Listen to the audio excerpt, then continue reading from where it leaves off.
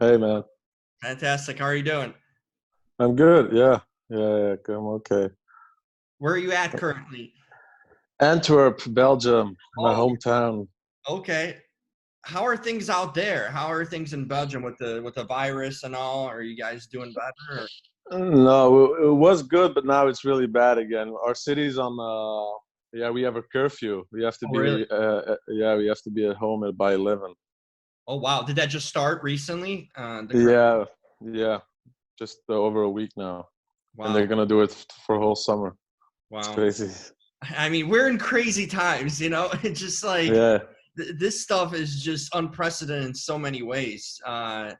As long as everyone's safe and healthy, I think that's probably the main thing yeah. that Where matters. are you located? Chicago. Oh yeah, I love Chicago. I was there for my film festival of Chicago a couple of Yep. years ago. It's a good festival, yeah. Chicago Film Yeah, Festival. yeah, Uh, yeah, yeah, yeah. I'm from Chicago. I just moved back here from LA because Uh, I was in LA, and obviously out there the pandemic's bad, and nothing's really going on. The whole industry's kind of shut down. So I decided to come back yeah, with family, and spend time in my hometown. yeah, sure. Hey, the funny thing, I read up a little bit about you, and it just stood out. The funniest thing, it was in the bio, like Robin's known for a straightforward, no nonsense style. I love that, man. I love that description.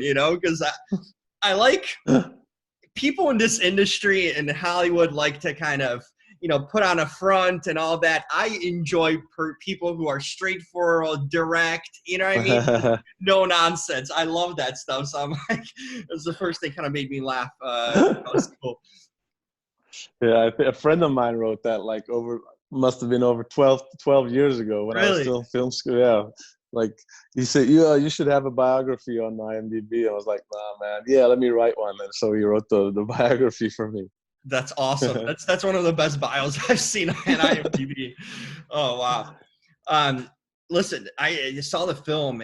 I love good thrillers, and this is a heck of a thrill, man. There's a lot of different suspenseful, mysterious parts about it. But wanted to start out asking you, what kind of attracted you to the role? I mean, to the film to take on this film because you didn't write it, you just directed it. Uh, Yeah. but what was sort of the first initial reaction you had reading the script that you took away? Yeah, I think that I mean I love this kind of films, these crime dramas, thrillers, with like a whodunits twist to it. But also it was the morally ambiguous characters. It wasn't good guys versus bad guys, So it was a real anti-hero, which I'm always drawn to, And so all the parts had some kind of nuance to them, which I really liked, because I've been reading a lot of scripts that were just very one-dimensional, and I thought this had a lot of heart to it as well. Hmm. Because there's been a little bit of a gap between your last film and this one. Were you kind of looking for the right project too to jump back into, in a sense? Does this kind of stand out against other films? This what made you kind of decide this is the film I want to kind of come back to, and since your last film, kind of the follow up to it? Yeah, no, I was actually developing another film, and that was just it's a really ambitious film that I've been working on and off for almost 7 years on. Wow. And I was basically ready to go into pre-production when the opportunity of the silencing came. And I thought, all right, let's do this first because the other movie still had to find some financing. And I wrote after the Ardennes, of course, because of all the stuff that happened with the movie, I was on film festivals for almost a year, and then you go back, you start writing, and before you know, you're 2 years into writing a new film. And so it just takes time, if you want to write your own movies. I'm not that gifted writer like Paul Schrader who writes Taxi Driver in 10 days, I need some time. Most people aren't.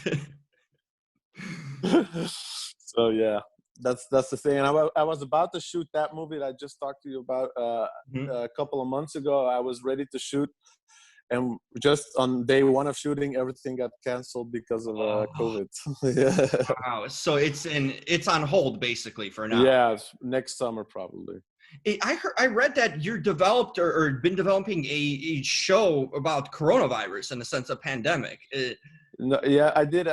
I just shot a short film actually. So it's Yeah. a friend of mine, a producer friend of mine, asked 12 directors here in Belgium to Uh-huh. shoot a short film within the between in a prison setting, a visitor center of a prison. So it's Mhm. not because it has glass walls, so it's COVID proof. So everybody got tested, and then we did. So it's a 1 day shoot, just a conversation or a scene between a prison, an inmate, and somebody who's visiting him. Wow, how fascinating was that? Almost, that's a unique concept in its own. Yeah, it was very cool. Yeah, and mine's gonna be pretty special. Like I can't discuss too much about it, but it Uh-huh. has yeah, it has there's a big stunt in the thing with fire and a gas explosion, and so it was really cool. Oh, But I had to shoot everything in a day, which was pretty wow, hectic. that's crazy. And, That tests your skills right there. You know, yeah, yeah. I mean, you talk Man, about it's just the lack of time. That definitely yeah. brings out your best work. You know, one thing I noticed about this film was that the forest location, in a sense, the location is like a character in this film. Like I felt like this film without kind of the forest location and the town in a sense, it could be a different film. Tell me about the location, finding the location scouting, what kind of made you decide it, and how you incorporated really to the story. Because I felt like, wow, this whole setting really plays up to the theme of the movie. Yeah, so the movie was originally set in Minnesota. It still is actually, but Hmm. it was very much it's a little bit more absent now in the movie. While in the original screenplay, it was very much there with big plaques that said "Welcome to Minnesota." But I felt like Just still on the because license it's plate, the car license plates, I picked it up. oh great, you saw it. You're the only Yep. one who saw that. Good, good. No, so but I felt it was very much like the Coen brothers. They kind of own Minnesota to me, so I felt like maybe I should get it out of there a little bit. And then we were doing scouting in Ontario, and I saw because we knew we had to shoot in Ontario, so I Mhm. saw a couple of places in Ontario, and then I drove into Sudbury, which was such a very bleak place.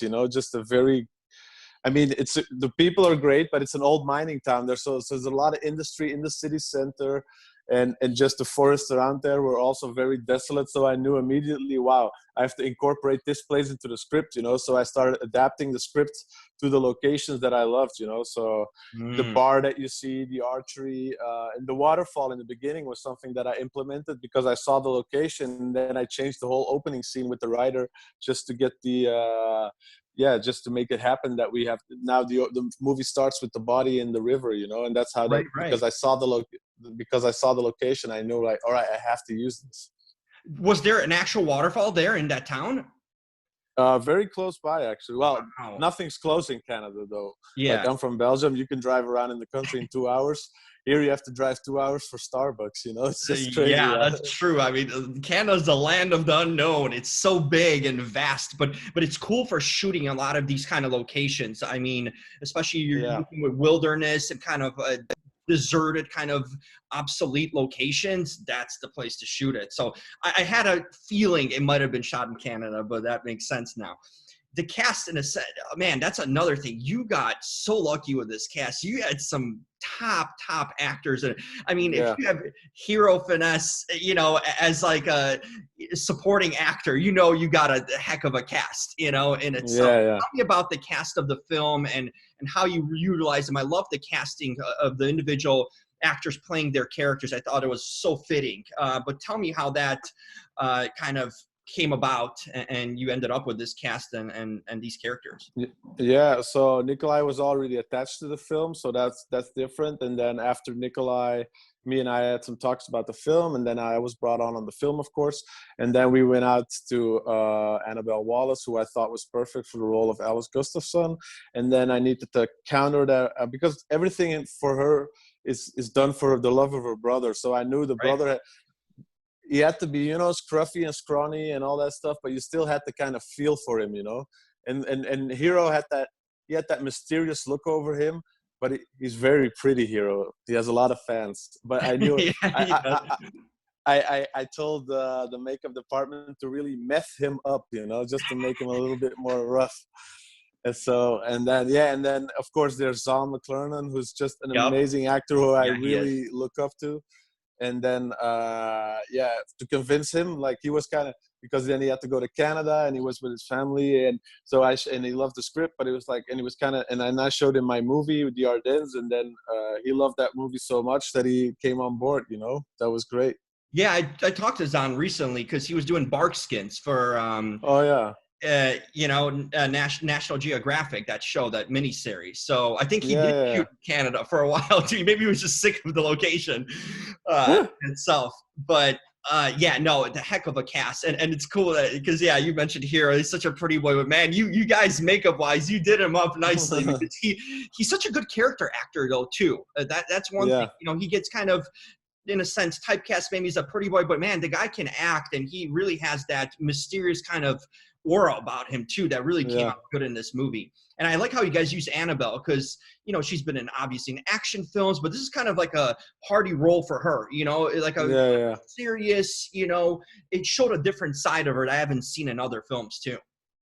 Yeah, yeah, definitely. Yeah, yeah. I mean, I couldn't be happier with the cast. You know, Yeah. like I sometimes have to pinch myself. You know, I'm just a kid from Belgium here. I'm talking to all these great actors. You know, it was amazing. You know, this movie had me going. You know, you watch a movie like this and you kind of, like you mentioned, who done it. You try to figure out who's the one. Like at some point I thought, I was like, well, it's got to be Annabelle. You know, she's protecting her brother. Hero seems almost too good of a fit, and it just, you just go back and forth. Maybe it's Zane in some ways, and you know.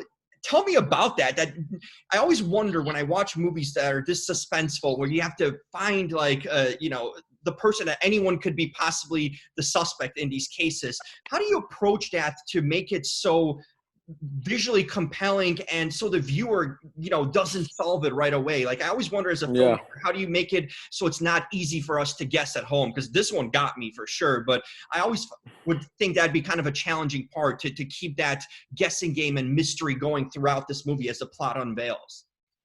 Well, I have to give credit to the writer, of course, Micah Raynham, who did a wonderful job already writing all of it.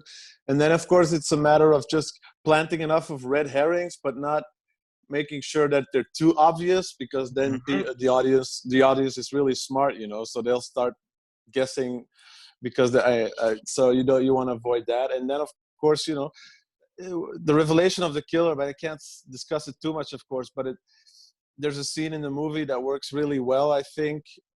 Certainly when you look back, when the movie, it has to do with the factory, you know, at some point in the Yep. factory there's an action scene, and that's something that I implemented as well, you know, because I felt like we needed one more scene, you know, with those characters, just to tie everything together, you know. And that's something, yeah, I'm always thinking about. When the killer is revealed, you always want to know who he is, you know. So that's, you want to give him enough building into the movie as well. And you want to go back and also see the points in the movie to where he was potentially, there were signs or little, you know, clues to give you back, you know. It's like Yeah, you just reveal a killer that's never been seen in a movie, but you got to kind of have him along with the story too, in a way too, yeah, so you can look back. exactly. What did you learn from making this film? Anything that kind of stood out to you through this whole experience, either working on set or off set, anything that kind of stayed with Yeah. you? Well, there's two things, you know. The one thing I underestimated as a filmmaker was that being alone in a country, and certainly like in Canada, really in the, yeah, let's call it the middle of nowhere. I'm sorry, Right. people, but yeah, but it's Yeah, just it's like, true. it's really far. And so, and just being there by myself was very tough, you know, because I was the only one. I didn't bring anybody with me that I knew, and Mhm. sometimes I just miss speaking my own language or something, you know. So that was difficult. And but just the whole process of working on the movie was great, and I learned so much, you know, working with an actor as Nikolaj, who's so experienced, who've done so many action scenes in Game of Thrones. Like, I don't need to tell him where I'm going to put the camera. He knows where I'm going to put the camera, you know. He's just so experienced, and you learn so much from him, you know. That was great. Yeah, and now going forward, I mean, are you kind of more, uh, you know, because obviously when I sometimes I talk to like British filmmakers and American filmmakers, there's a difference, you know, you know, just like culturally and location wise to style of filmmaking, for in a sense European or an American filmmaker.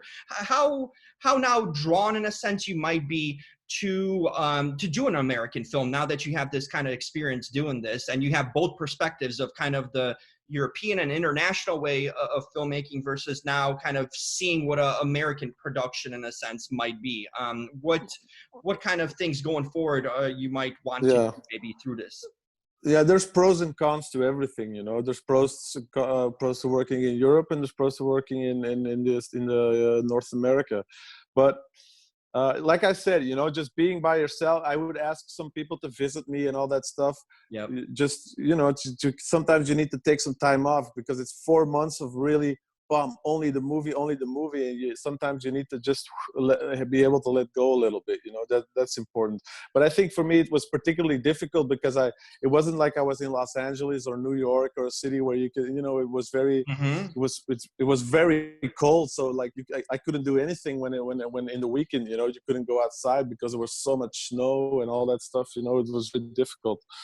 But you know, we're on the film, so you know, in the in working in the US is a little bit more political because there's a lot the financial interests and all that stuff. So you got to keep everybody satisfied, but you got to steer clear and keep your vision going. So that's different, but it's also fun and exciting, you know. The movie gets more attention and all that stuff. So it's just different. But in the end, it's always the same, you know. It's always action, and you see what's happening. There's the people acting in front of the camera, and you have to yell action and cut, and that's the same everywhere in the world. So. Yeah. And wanted to kind of end off by asking you, kind of almost went into it. What sort of things do you like to do? Because I always feel like as a filmmaker and actor, you obviously need to have, depends on the stardom too, but like there's so much of like your real life that comes into your work, like whether interest and hobbies, these sort of things kind of work into your work. What are some things you enjoy to do in your free time? Any hobbies or interests that you kind of have that maybe sometimes come into your work? Yeah, when I do my free time, my hobbies, but that's what you want to know, what I do in a spare time. Yeah, I'm a really big soccer fan, so I love that's the one thing that I do. I watch a lot of sports, you know. I love the UFC as well, so I watch UFC, all that stuff. I listen to podcasts. I go running sometimes, and I play a lot of soccer. But yeah, like there wasn't enough. Yeah, and the Hero, he played some soccer, so we played some soccer as well. That's cool. Yeah. So that was fun. But basically, I was storyboarding in the weekends, man. I was storyboarding and working and just and resting. Making a movie is really tiresome. It's really, you got to be fit. That's interesting. You see, that's a cool little nugget that you don't get to hear so many times. Who's your team, though? I need to know this. My team, it's my local team, Antwerp, Royal Antwerp FC. We've been in the second division for 13 years, and we've come back, and we got a rich guy financing our team right now, so we're going back right up to the big leagues. There you go. And you know what? Champions League is starting up today. So exactly. When we hang up, my friend, we're gonna put on the TV and watch Real Madrid. Yeah, it's about an hour away from starting. I'm ready for it. I've been so excited for it. Europa League started 2 days ago, and now Champions League's going today. Any predictions? I want to know who you think is going to go all the way. Because it's kind of different now, Champions League. Yeah, I put my money on Bayern Munich. They were really strong after the Bundesliga started over again. I think they have the strongest. They had a very good run, so I think I they're going to agree. win. Actually, you know what? They're kind of. I mean, they're doing great. They've been great at the Bundesliga, and Lewandowski's the top striker right now in the world. You know, really, he's great. Yep, and some of the other teams have some issues. Real Madrid and Barcelona aren't the same as they were before. I'm also going Bayern Munich, so that's nice. That's awesome. All right. Well, cool, man. Hey, thanks for taking the time to talk to me. Really enjoyed the film. It was really cool and mysterious, and I enjoyed that kind of genre. And you really did it really well, and had me all the way to the end invested. So fantastic work. Man. Thank you so much for taking the time to talk to me. Absolutely. I'll spread the word on the movie, and hopefully others get to see it. And hopefully catching up with you down the road, too. Hopefully there's a lot more in store for you once things kind of quiet down and get back to normal, you know. Looking forward to your next projects. All right. Thank you so much. Bye-bye. Thanks a lot, Robin. Take care. Bye-bye. Bye.